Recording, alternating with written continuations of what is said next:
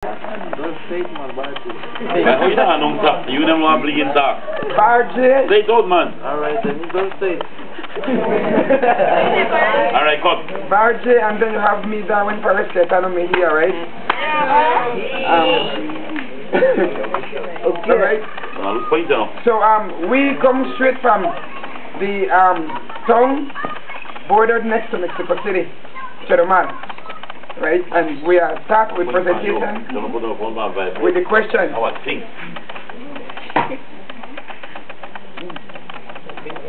Ow. What are those points? Put up your hands. The first question we have here: how is the crime situation?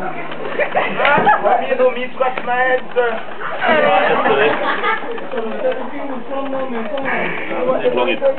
I don't scratch my head. I don't even raise my hand.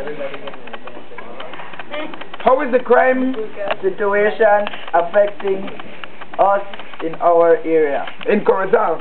Recently we have had 2 double murders in Corozal in the past month. Back to back. Right? Back to back.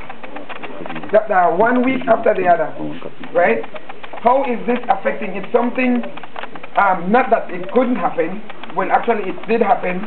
But this is one of the crimes that really put the biggest shock to us in Corozal. And I know when I hear about the hotel with the lady and her daughter that were murdered, double murdered, followed by 1 week after, 7 days exact after, 2 friends were killed, a car dealer and his best friend, right? And you call that deja vu, right? It happened back to back. One of the way how it affects we is in Corozal is it affects us as a family, as a community. It affects us during the night time. We have less sleep because we have to be more vigilant, and every now and then we get up for every noise, for every bark we hear the dogs and do. We get up to check out and see what the problem really is, because it really affects us mentally and psychologically, right? Also, next way it also affects us is financially. How does it even affect us financially?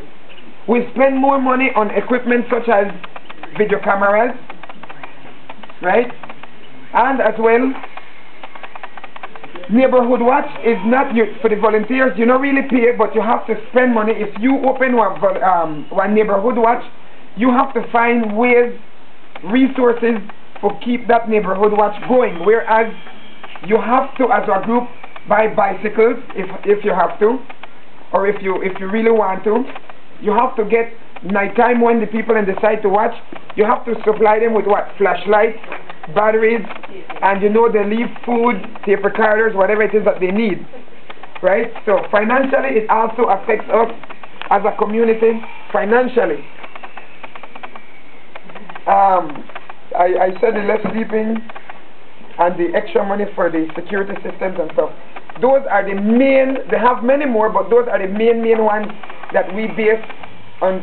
From the question, those are the main things that we base our answers on. So the next question. Okay, the next question we have here: what can we do to alleviate the crime situation in our district?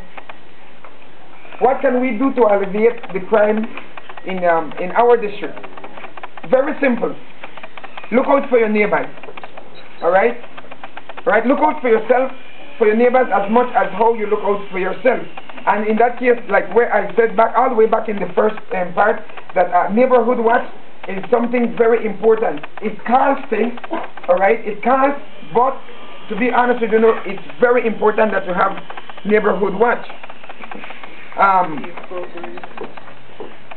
One next way you could actually alleviate it, educate people about the crimes that are happening within your community. Even if they're just probably, for example, maybe Japan steal a bicycle from somewhere. You have to make people know that Japan is a threat to your community. You educate people about who, right? About who is the next person within your community creating that kind of hazardness. Creating more opportunities for employment. How can you do it? We all know, a lot of we, like they say, as leaders, future leaders, and we have Mr. Mande who they open a bakery. Entrepreneurs, alright?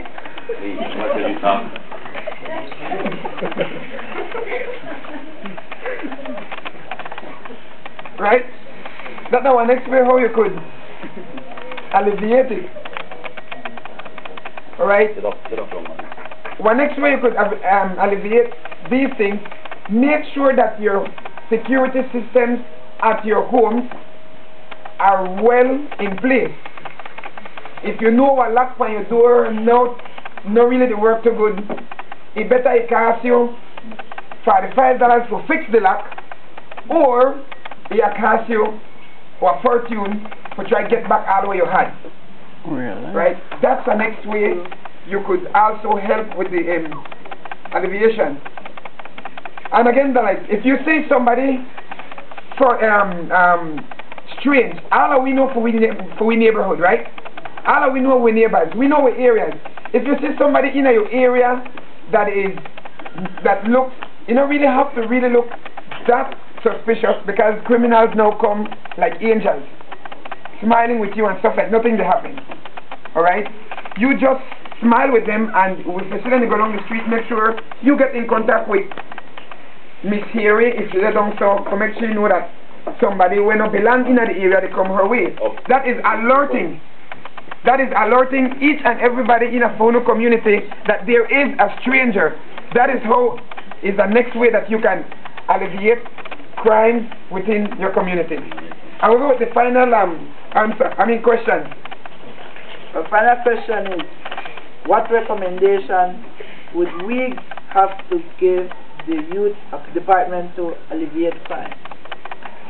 Recommendation we would give from Corozal to the youth department: become more available to families.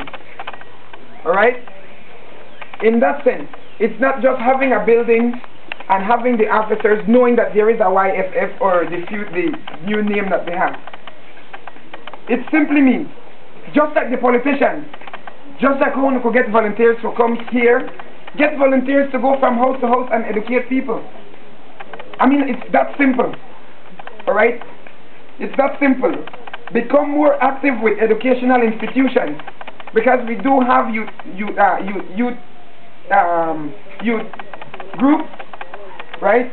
But then it's just there awaiting. You are the one that are there for us. You must come look for us, because in spite that you're there for us, majority of the youth of today will not go to you. You have to come looking for them. So that is one of the next way we ask from Corozal. Like the politicians, every 3 years or 5 years, then get them crowd of people and then go out, do a campaign. Campaign for the youth them, so that the youth them could see what your program are all about.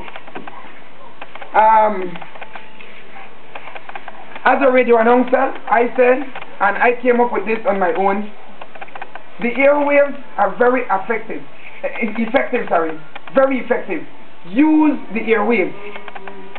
The youth department, they never yet, and I could tell you for the past 13 years I've been working at the radio station in Corozal, never yet the youth department have gone taking 1 hour of our time to talk to youth and bringing youth to be a part of their youth program. You go out there, so they go by park, yes they do, it's good. You go by park, you take out your campaign at the park, people wear pass and stuff. But you also have youth in the villages that cannot come out, or people in the villages that don't know that needs to come out. They listen to radio a lot. So you need to use the airwaves. And the next thing is, attack the youth them that are not committing crime, so you could educate them about or prepare them not to commit a crime. From there you go after the ones that are committing the crime, because it starts with the innocent. The one them were idle, when none do nothing, Because usually the youth group like, okay, we're going after the one, oh, this one they behave bad, bring her in. That one they behave bad, bring her in. People, you need to start take our youth very seriously. Go to the ones them that are not even thinking about committing a crime, so you could help them from even thinking to commit a crime. That's our presentation from Corozal.